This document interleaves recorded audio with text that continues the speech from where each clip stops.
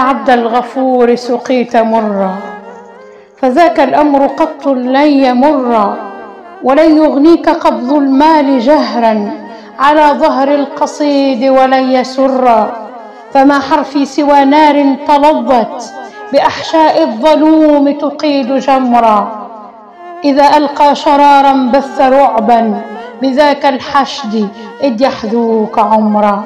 ألا تبت يداك، ألا تبت يداك وكل سعي، ودك الصبر منك وشل ظهرا. لنا وزر حملت ولست تدري أخيرا نلت أم قد نلت شرا. وبت كمقعد في الركن تبكي وسهم في حشاك قد استقر. لعمرك إنما أسقيت سما سيسري فيك ما أحييت قهرا.